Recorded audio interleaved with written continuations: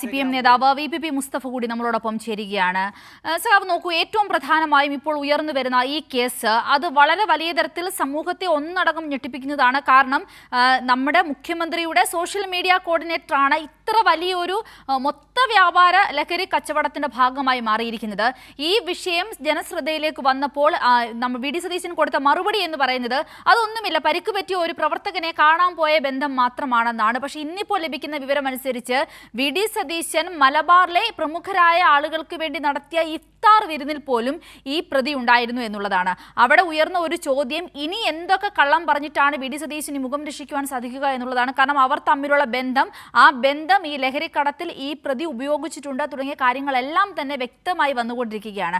ഒരു വലിയ പ്രതിരോധത്തിലേക്കല്ലേ ഈ കോൺഗ്രസ് VD സതീശൻ ഈ സോഷ്യൽ മീഡിയ കോർഡിനേറ്റർ ഇവരെയും കൊണ്ടുവന്ന് എത്തിച്ചിരിക്കുന്നത്? തീർച്ചയായിട്ടും കഴിഞ്ഞ 3 ദിവസമായി മലയാളികൾ ഉള്ളേടങ്ങളിലെല്ലാം, കേരളത്തിൽ മാത്രമല്ല ലോകത്ത് എവിടെയെല്ലാം മലയാളികളുണ്ടോ അവിടെയെല്ലാം ഏറ്റവും വിസ്മയകരമായ ഒരു വാർത്തയായിരുന്നു ഇത്. VD സതീശൻ എന്ന് പറയുന്ന മുഖ്യമന്ത്രിയുടെ മുഖം മൂടി അഴിഞ്ഞു വീഴുകയാണ്. അദ്ദേഹം പലതരത്തിലുള്ള സംവിധാനങ്ങൾ, ഈ പറഞ്ഞ സോഷ്യൽ മീഡിയ ടീം ഉൾപ്പെടെ ഉപയോഗിച്ചുകൊണ്ട് ഒരു ഇമേജ് ബിൽഡിങ്ങിന് ശ്രമിക്കുകയായിരുന്നു. അദ്ദേഹം എന്തോ മഹാമാന്യനാണ് എന്നുള്ള നിലയിൽ. കോൺഗ്രസിനകത്തെ തന്നെ അദ്ദേഹത്തിന്റെ എതിരാളികൾ ഉൾപ്പെടെ അത്ര നല്ല ആളുകളൊന്നും അല്ല. രാഷ്ട്രീയത്തിൽ ഒരു ഇമേജ് ബിൽഡിങ്ങിന് വേണ്ടിയിട്ടാണ് അദ്ദേഹം ശ്രമിച്ചത്. പക്ഷേ നിങ്ങൾക്ക് ഓർമ്മയുണ്ടാകും, പിണറായി വിജയൻ കേരളത്തിന്റെ മുഖ്യമന്ത്രിയായിരിക്കുമ്പോൾ നിയമസഭയിൽ ഒരു ഡിബേറ്റ് നടക്കുകയായിരുന്നു. ആ ഡിബേറ്റിന്റെ ഒരു ഘട്ടത്തിൽ അന്ന് പിണറായിക്ക് അന്നത്തെ പ്രതിപക്ഷ നേതാവ് VD സതീശന്റെ മുഖത്ത് നോക്കിയിട്ട് പറയേണ്ടി വന്നു, സതീശനല്ല പിണറായി വിജയൻ, സതീശൻ എന്ന് പറഞ്ഞാൽ ആപത്യത്തിന്റെ ആഗ്രഹമാണ്. VD സതീശന്റെ മുഖത്ത് നോക്കി അന്നത്തെ മുഖ്യമന്ത്രി പിണറായി വിജയൻ ഉപയോഗിക്കുമെന്ന ഒരു പ്രയോഗമാണ്. നിയമസഭയിൽ അങ്ങനെ ഒരു പ്രയോഗം നടത്താൻ അന്നത്തെ മുഖ്യമന്ത്രി നിർബന്ധിതമായ ഒരു സാഹചര്യം മനസ്സിലാവുമല്ലോ. മുഖത്ത് നോക്കിയിട്ട് അദ്ദേഹത്തോട് പിണറായി വിജയൻ പറഞ്ഞതാണ് VD സതീശൻ എന്ന് പറഞ്ഞാൽ കാപട്യത്തിന്റെ ആൾരൂപമാണ് എന്നുള്ളത്. തീർച്ചയായിട്ടും പിണറായി വിജയന്റെ VD സതീശനെ കുറിച്ചുള്ള ആ നിരീക്ഷണം അന്ന് തൊട്ട് നമ്മള് മലയാളികൾക്ക് മുമ്പിൽ ശരിയായി വരികയാണ്. അത് 100% കൂടുതൽ ശരിവെച്ച അനുഭവമാണ് ഈ MDMA കേസിൽ ഉണ്ടായിരിക്കുന്നത്. അദ്ദേഹം ഇന്നലെ ക്യാബിനറ്റ് ബ്രീഫിംഗിന്റെ സമയത്ത് താങ്കളിപ്പോ ഇവിടെ പറഞ്ഞതുപോലെയാണല്ലോ ഒഴിവാകാൻ വേണ്ടി ശ്രമിച്ചത്. എനിക്കങ്ങനെ വലിയ ബന്ധമൊന്നുമില്ല, നവകേരള സദസ്സിന് ശേഷമാണ് ബന്ധം. എന്നാൽ തുരുതുര തെളിവുകൾ വന്നല്ലോ. 2020 നവകേരള സദസ്സ് നടക്കുന്നതിനും വർഷങ്ങൾക്ക് മുമ്പ് തന്നെ അദ്ദേഹവും ഈ പറഞ്ഞ MDMA കേസിൽ ഇപ്പോ പിടികൂടപ്പെട്ടിട്ടുള്ള ഈ യൂത്ത് കോൺഗ്രസ് ആയി നടക്കുന്ന ഈ ക്രിമിനൽ സംഘവുമായിട്ട് VD സതീശന് ബന്ധങ്ങളുണ്ട് എന്നുള്ളത്. ഞാൻ ഇന്നലെയും ഇതേ സമയത്ത് കൈരളിയുടെ ഇതുപോലുള്ള അഭിപ്രായം ചോദിച്ചപ്പോൾ ഞാൻ പറഞ്ഞാണ്, എറണാകുളം ജില്ലയിലെ VD സതീശൻ നയിക്കുന്ന കോൺഗ്രസ് നേതൃത്വം എന്ന് പറയുന്നത് ഇത്തരത്തിലാണ്. നിങ്ങൾ നോക്കുക, അവിടെ കുറച്ചു മുമ്പാണല്ലോ ഈ മുൻ KPCC പ്രസിഡന്റ് എറണാകുളത്ത് ഈ ഗുണ്ടകളുടെ ഒരു മീറ്റിംഗ് വിളിച്ചുകൂട്ടിയത്. ഗാന്ധിജിയുടെ അഹിംസയുടെ പാർട്ടിയാണ്, ആ അഹിംസ മുന്നോട്ട് വെക്കേണ്ട പാർട്ടിയാണ്, ഗാന്ധിയൻ നിലപാടുകൾ പറയുന്ന പാർട്ടിയാണ്. സതീശൻ തന്നെ സ്വയം അവകാശപ്പെടുന്നത് അദ്ദേഹം നെഹ്റുവിയൻ ലെഫ്റ്റ് എന്നോ നെഹ്റുവിയൻ സോഷ്യലിസ്റ്റ് എന്നൊക്കെയാണ്.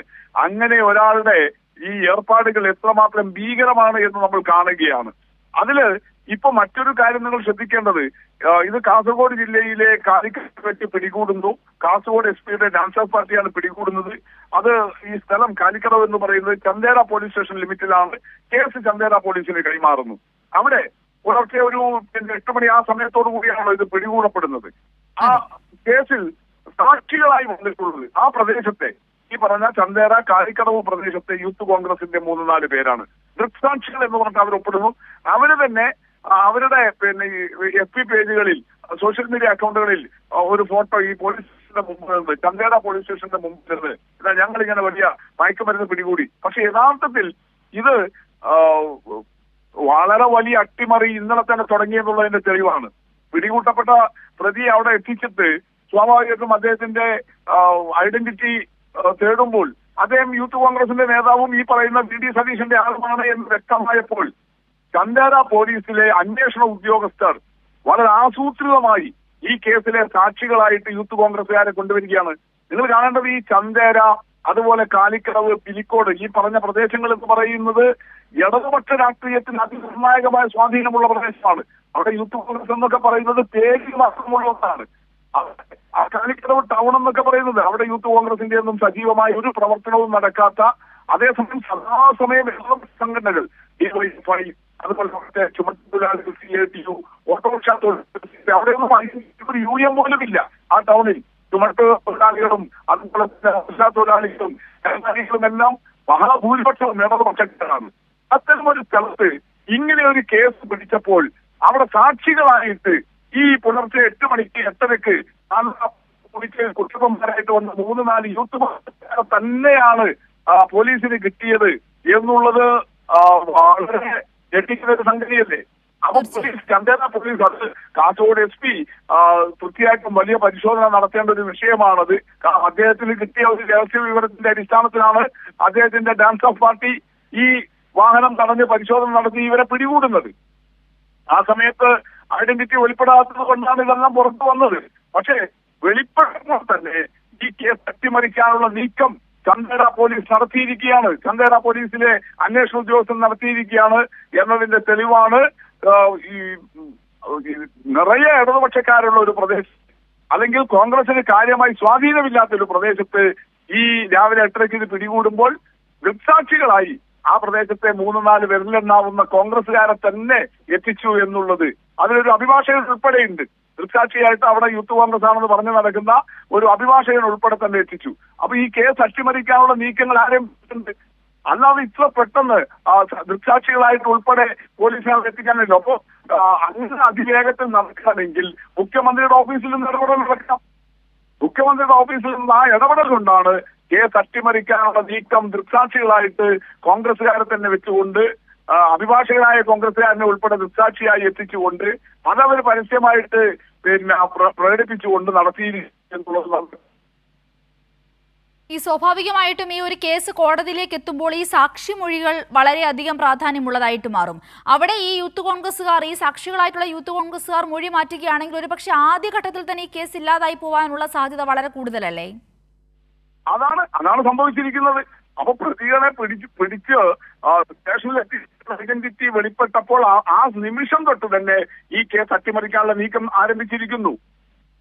താങ്കൾ ഇവിടെ സൂചിപ്പിച്ചതുപോലെ കോടതിയിൽ എത്തിക്കഴിഞ്ഞാൽ സാക്ഷികൾ മൊഴി മാറ്റും, അതിന് പറ്റുന്ന വിധത്തിൽ എത്തിച്ചിരിക്കുകയാണ്. അപ്പൊ അങ്ങനെയൊക്കെ നടക്കണമെങ്കിൽ സാധാരണ, കാരണം എന്താ, SP-യുടെ ഡാൻസ് ഓഫ് പാർട്ടി പിടിച്ച ഒരു കേസാണിത്.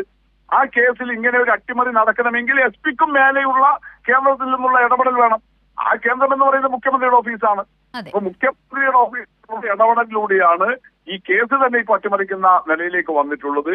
അപ്പൊ ഗൗരവമായ കാര്യങ്ങളാണ് വെളിപ്പെടുന്നത്. സതീശൻ എന്ന് പറയുന്ന കാപട്യക്കാരന്റെ, അദ്ദേഹം മുഖ്യമന്ത്രിയാണ്, വസ്തുതയെല്ലാമാണ്, പക്ഷെ ഈ പറഞ്ഞ കാര്യങ്ങളിൽ തനി കാപട്യക്കാരനാണ് എന്ന നേരത്തെ പിണറായി നടത്തിയിട്ടുള്ള നിരീക്ഷണം ശരിവെക്കുന്നതാണ്. നിരവധി കാര്യങ്ങളുണ്ട്, പക്ഷെ ഇത് ഒന്നുകൂടി അടിവരയിടുകയാണ്. അദ്ദേഹം ഇങ്ങനെ വ്യാജ പ്രസ്താവനകൾ നടത്താനും യാതൊരു തരത്തിലും ഉളുപ്പില്ലാത്ത ഒരാളായിട്ട് മുഖ്യമന്ത്രി കസേരയിൽ ഇരിക്കുമ്പോഴും മാറുന്നു എന്നുള്ളത് നമ്മളെ വിസ്മയിപ്പിക്കുന്ന ഒരു കാര്യമാണ്.